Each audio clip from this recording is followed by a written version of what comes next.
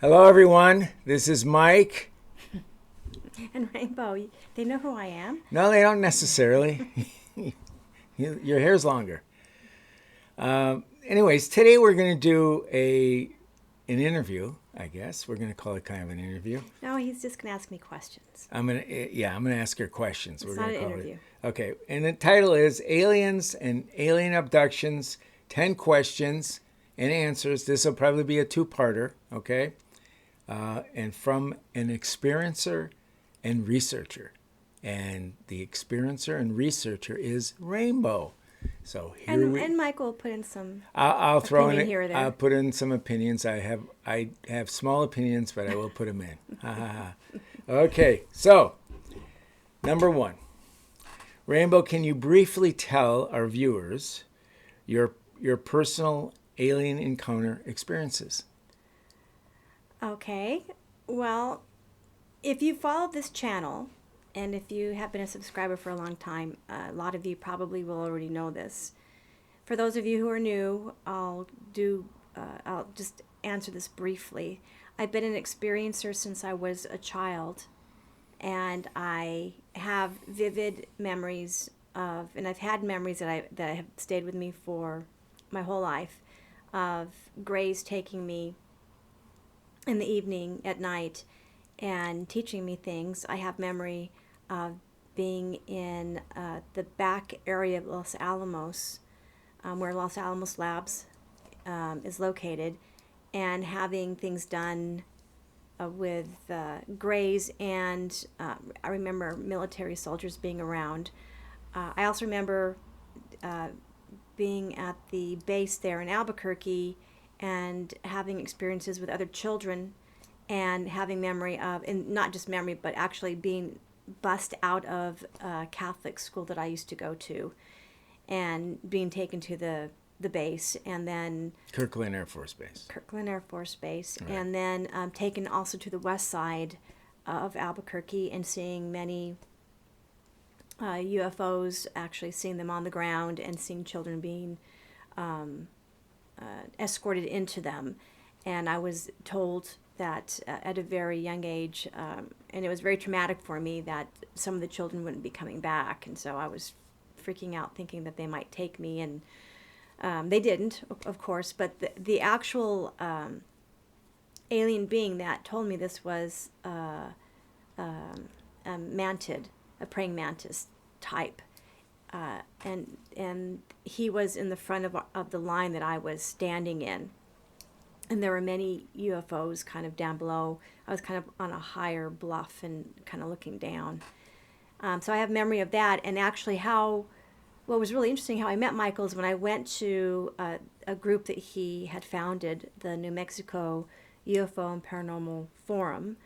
I actually went there to see if anybody else had had experiences or had remembered that, and I did meet a really lovely gal who came to me and said that she remembered it as well, so I got confirmation there. And then I had experiences when I was working cattle. I was a cowgirl for 10 years or so, and I had an experience where we actually rode up to a UFO, my ex-husband and I, and it was a tall blonde, a Nordic. I think they're called Nordics, and she was very sweet, very nice, very beautiful. I remember touching her craft and actually going inside it, and then various memories in between all of that. But I've had experiences on up until, I mean, obviously till our experiences in Utah. I've had less here since we've been in Oregon. Okay. Okay. So, why do you think alien groups are interacting with humans? I think that because a majority of the people they interact with are hybrids. Okay. Well, we're going to go into that in a little bit. Yeah, and I also think that I have a memory of seeing a man. I was taken into an underground facility, and I had I remembered this, and it's just very vivid in my mind, of a man who was in a suit, and they'd taken his blazer off, and he was slumped over the chair. He was sitting on the chair backwards, where the back, he was leaning over the back, kind of slumped over. And they were taking spinal fluid out of his lower back. And I saw the needle, and again, another mantid was talking to me, and he took me into a room where these small grays were in a fetal position in these glass vats, I don't know, these tanks. And he said that they gave them, they mixed the spinal fluid in there because they had some problem with neurological, I don't know, I think something like that. He didn't specifically say what it was for, but he said that they, in order for them to be able to heal and to be able to work, that they had to stay in the vats for a couple of weeks, and then they would take them out, and then they would be fine. So there obviously some problem, some physiological problem that they had. And so I think they also abduct humans because there's certain things that they need from us. And I think that these guys that I saw in these glass tubes were what they would call the clones, or the ones the little worker guys. They were small. They were like about 3 feet or maybe a little smaller. They weren't like the regular grays that would come and get me when I was a child, when I was younger. They were taller, but these were shorter. Okay. So, which of the groups that you interacted with were you the most comfortable with? There was one. He wasn't gray. He was kind of a chalky white. He was shaped. He was from the group of grays, but he was a different color. And his name was Meek Mohan. And Meek Mohan used to talk to me, and I think as a child calmed me down. And so I have memory of being with the grays and it actually being normal. One thing I realized as I was an adult, the reason why they abduct children is because we can adjust quicker to extreme situations, especially when we can't find a way out, or we know that we're in a place where we have to do what we're told. Children just adjust to it, and where adults, I think, will fight more. And so from the very young age of them taking me, I just got used to them. Mm-hmm. The mantids I was never extremely comfortable with, but I remember them being the teachers, and I believe that they also want to integrate some knowledge into the children as well. So the one group that I am not comfortable with at all, and that with the couple experiences that you and I have had with them, is the reptilians. I just don't feel comfortable with them at all. Okay. So swinging back to the hybrids for a minute, the alien hybrids, what do you think their purpose is?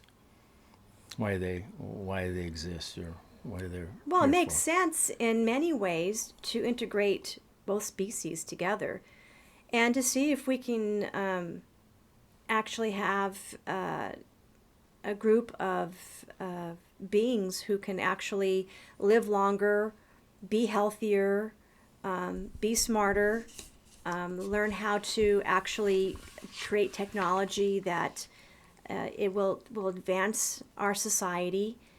I don't think that they've ever hidden in plain. I don't think they've ever hidden from us. They're hidden they're kind of in plain sight. Mm-hmm. I think we adjust from a very young age to actually seeing them, so we can kind of, as we're adults and we have blocks, we can kind of make excuses for what we thought we saw. But I think that they are, not all, but, and you can tell everybody what you think, I think that they want to advance or help their own society or their own group, and plus integrate into ours. And there's much speculation, are they us in the future? I don't have any answers for that, but I haven't found that what I have seen has ever been something extreme and horrible. As I've gotten older, I realized that. And I remember when I first talked at your group, I said they were bad and they were this and they were that. Right. And at that time, I was having a lot of experiences. You experienced, you were part of what I was dealing with. But as I've in the last 8 years, as I've progressed, I have seen that some of what they have shown me and what they were doing with me was they were trying to teach me, and it's hard to teach a feral human, because basically, if we think that we're dealing with another alien group or another species that isn't from this planet, we just go crazy and bonkers, and so they have to figure out different ways to deal with us, because I think that we have forgotten. Through mind manipulation, the experiences that we had if we were that group that was taken from the time we were children. So I've had my memories come back, so now I kind of understand better what they have been trying to do. And it's just a matter of each individual person who's been abducted understanding why they were abducted. None of us are special, but we all are a part of the whole package of whatever it is that's happening on this planet. We're all making our little bit of difference in the scheme of things, and I think it's just together figuring that out. Okay. What do you think?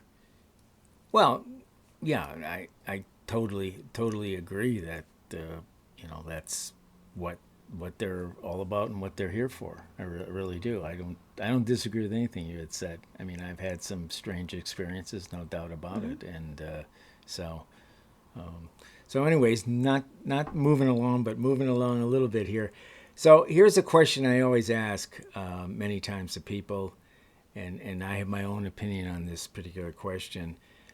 So Rainbow, what do you think? What percentage of the people that you kind of meet do you think actually just, and this could be from an empathic feel, and it could also be with when you talk to people, what they're giving off, their vibe or whatever, what they're telling you. What percentage of them do you feel has had an alien encounter?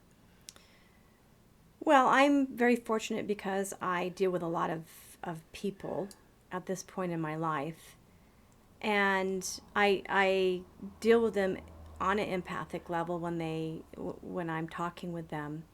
And I feel that if you've been abducted, that you can spot someone who's been an experiencer. Mm-hmm. You just know, you have that same frequency to you. So I'm going to go maybe 70% of the people that I come across in my job that I have had some experience to them where either it was an abduction or it was something they saw, or it was somebody in the family that's been abducted or had experience with the aliens. Yeah, so my experience has been, and I've kind of tracked it a little bit on my own kind of little tracker, I guess. Throughout the years, I think I ran across people that I either worked for me or I just randomly met. I would say in my particular case, I ran across probably 25% of I felt that were abducted, people that had an alien encounter. Let's just put it that way. I felt around 25%. I felt pretty good that was not only what people I met, but even across the board. Because I'm talking about random people in many cases. So I felt that 25%, at least in the United States. Now, I will tell you this though, I feel that 100%. Everybody has had some kind of a paranormal type experive. Okay, that doesn't necessarily mean Right. right. Well, I think that's 100%. They just don't pay attention. I'm talking about people who have been open, and who I've talked to. It's really interesting. People I didn't think would be open to anything about the paranormal or this phenomena are the people I least expect are the ones who talk the most. Mm-hmm. And I said 70% because as an empath, I think that once you've been abducted or once you've experienced the paranormal, which many people have, it just leaves it leaves its marker on you. You just know, and you just sense it, and you just feel it. So I think the other 30% are people who are blocking it, who just don't want to Sure. No. They don't. They do everything possible just to make sure that they never go in that realm. And I'm not saying it's just basically out of fear. It's just a lot of people have misconstrued ideas about what this whole phenomena is about. And as an empath, I've actually talked to people, and I have brought up a something like, I see your T-shirt. That's so cool. I said, I believe in Sasquatch. And they'll look at me really funny, and they'll go, oh, really? I don't really know if I do, and I'll go, well, I'm a Sasquatch researcher. I said, and for reals. And they'll look at me and they'll go, oh, no, well, then they'll talk about an experience. That they don't want you to think they're crazy until you tell them that you're crazy. Till you open the door. When you open the door, they jump in. Yeah, and I don't, I don't, at this point in my life, I don't give a darn if people think I'm nuts. I mean, because that's not going to hold me back from looking for the truth. Sure. Because, there's lots of things that I do probably think people think I'm crazy, but at the end of the day, it's the puzzle pieces that confuse me that I have to find the answers for. I have to figure out how to put them together. And we all have different ways of looking at life where we're trying to figure out the truth. Okay, with that said, let's just stop here, and we're gonna go back and probably get a few more questions, and so we'll do that in part 2, which will follow part 1, of course. So with that said, and remember, we need your subscriptions, we need your views. If you want to share some experience you have had, please send it to dimensionalwalking@gmail.com. Or you can leave comments here. Anything else, Rainbow? Say good for part 1? Yeah. Okay. Well, no. Let me just say, don't forget to go to Paranormal Underground magazine. Go check them out. www.paranormalunderground.net. Yes. Rainbow has her own column now in that magazine every month. You can see Rainbow there with some great pictures. Rainbow's Paranormal Corner. Yes, Rainbow's Paranormal Corner, yes. So you can actually see some neat pictures of Rainbow in the past, or, when she lived in New Mexico, etc. So, are you trying to say when she was much younger?